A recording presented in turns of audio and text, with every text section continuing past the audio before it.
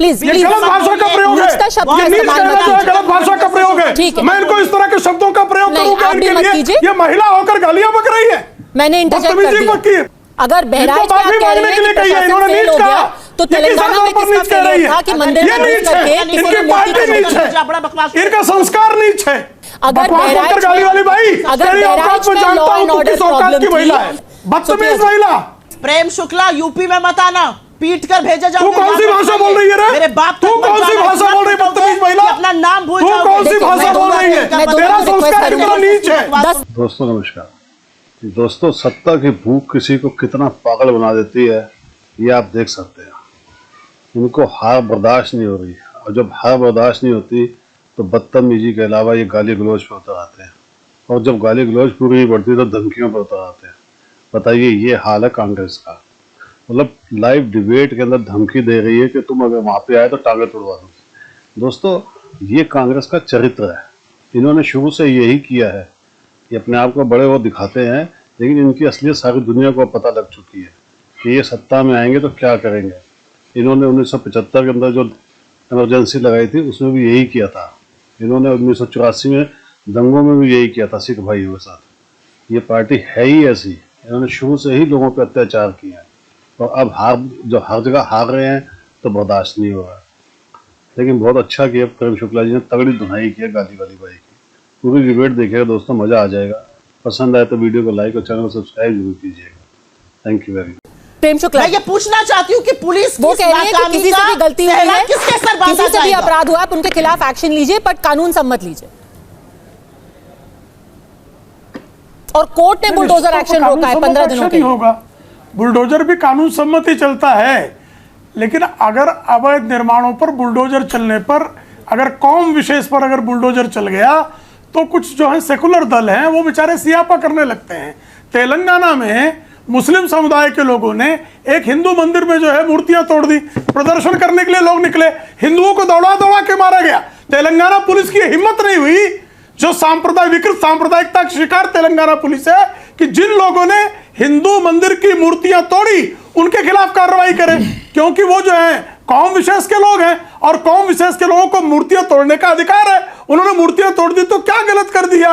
वो तो मूर्तियां तोड़ना उनके धर्म के अनुकूल है, ऐसा इनका मानना है। तो ये जो गलतियां करते हैं बहराइच में, अगर पुलिस ने कोई कोताही की है तो कार्रवाई के पात्र है। लेकिन तेलंगाना में पुलिस जो कार्रवाई नहीं करती है उस पर तो कार्रवाई अगर कर देगी तो उस पर कांग्रेस का जो हाईकमान है वो नाराज हो जाएगा कि मंदिर की मूर्तियां तोड़ दी मुसलमानों ने, तो क्या गलत कर दिया भाई? ये तो ठीक ही किया।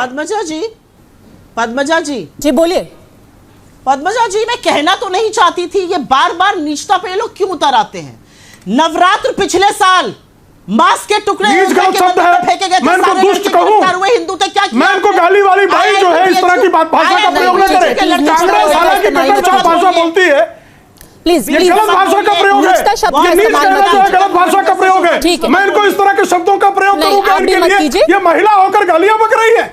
मैंने इंटरजेक्ट कर दिया। सुप्रिया जी, बदतमीजी है। ठीक है, इनको माफी मांगनी चाहिए। तेलंगाना पे लॉ एंड ऑर्डर पे सवाल आपका उठाया, इस महिला को इस अपशब्द के लिए माफी मांगनी चाहिए। अगर बहराइच में आप कह रहे हैं कि प्रशासन फेल हो गया, तो तेलंगाना में किसका फेलियर था कि मंदिर में घुस करके किसी ने मूर्ति खरीदी? इनका संस्कार नीच है। ठीक है, एक दूसरे के प्लीज शब्द का इस्तेमाल मत कीजिए। अगर बहराइच में लॉ एंड ऑर्डर प्रॉब्लम थी, कानून व्यवस्था पे आप बहराइच में सवाल उठा रही है, तो तेलंगाना में किसकी गलती है? बदतमीज महिला। प्रेम शुक्ला जी प्लीज।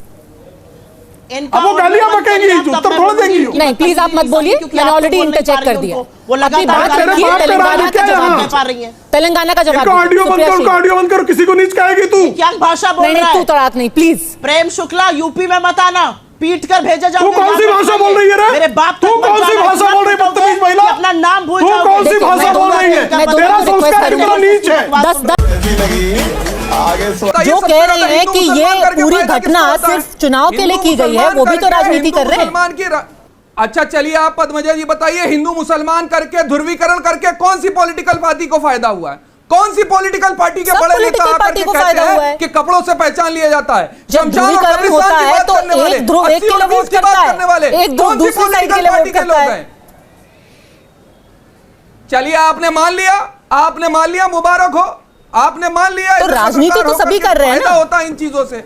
यही तो हम भी देश की जनता को बचाने चाह रहे हैं। राजनीति कौन से पॉलिटिकल पार्टी के लोग कर रहे हैं वो दुनिया जग जाहिर है, हर्षवर्धन जी, तमाम रिपोर्ट पड़ी हुई है। और उत्तर प्रदेश क्या और देश के अंदर no justice for Dalit, Muslim and OBC right now in India.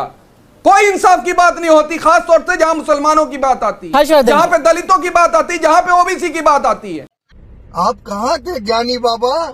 कोई सरकार नहीं खड़ी होती उनके साथ। आप बताइए क्या? ठीक है हर्षवर्धन जी, ध्रुवीकरण क्या एक ही साइड से हो रहा है? उत्तर प्रदेश के अंदर तो हमने सोचा हुआ है, हमने पंजाब, मुझे आश्चर्य होता है कि आपने कहा एक जवाब भाई खबर वगैरह पूरी पढ़ते हैं नहीं पढ़ते हैं। अभी तो लोकसभा चुनाव हुआ ना, देश में मुस्लिमों ने किसके लिए लगकर वोट किया? एक मुश्त वोट बताइए ना जरा। और हर जगह जो सो कॉल्ड सेकुलर गठजोड़ होता था वो क्या कह के होता था? यही कह के होता था ना मुसलमान वोट नहीं बंटना है। कर्नाटक में जिस वक्त पीएफआई पर प्रतिबंध लगा, नहीं मानते हैं कांग्रेस पार्टी सेकुलरिज्म को नहीं प्रमोट करना चाहिए। बहुत अच्छी बात है, तो कम्युनिज्म को तो कर ही रहे ना। मेरी बात पूरी। हर्षवर्धन जी सेकुलरिज्म को प्रमोट नहीं करना चाहिए, ये जवाब ऐसे बात नहीं करा जा रहा है। अगर सेकुलर होना गलत बात है तो कम्युनल होना क्या बात है? एक एक करके सर, कोई फायदा नहीं है ना। देखिए फिर से चिल्ला चिल्ली होगी। नहीं मैं तो आप तो हर्षवर्धन जी बात पूरी कीजिए जी। देखिए है क्या, मैं मतलब नेताओं की तरह अभद्र टिप्पणी करूं, या अभी जैसे कांग्रेस की प्रवक्ता ने कहा कि प्रेम शुक्ला यूपी में मत आ जाना, नहीं पीटे जाओगे, अब ये सब धमकी, इस तरह की बातें, ये तो मैं कर नहीं सकता। मैं तो भाई ये भी पत्रकार हूं, मेरे पीछे तो कोई भीड़ नहीं है, गुंडे बदमाश नहीं, मैं किसी को धमकी दूं, कोई उस तरह की मेरी हैसियत तो है नहीं, मैं तो सामान्य पत्रकार हूं। मेरे बारे में क्या कहा वो आपको नहीं सुनाई दिया? बहरे क्या शो पर ये अगर मेरे बारे में क्या कहा वो आपको नहीं सुनाई दिया? याद हो नहीं, शुरुआत तो आप ही आपको नहीं सुनाई दिया? ये सुप्रिया जी, शुरुआत तो आप ही नहीं, शर्म सारा ठेका तो सुप्रिया ने चाहिए आपको। देखिए एक दूसरे पर टिप्पणी ना करें, मुद्दे पे आते हैं। हर्षवर्धन जी मुद्दे पे आते हैं। आपको आती नहीं है, गजब बेइज्जती है। उन्होंने मेरे क्या कभी आपको नहीं सुनाई दिया? क्या बेवकूफी की बातें करते हैं आप यहाँ पे बैठकर? क्या आदत है इनकी? आपको शर्म आनी चाहिए। आप गली हरकतें करने के लिए मशहूर है, सब जानते हैं आपकी सारी असलियतों को।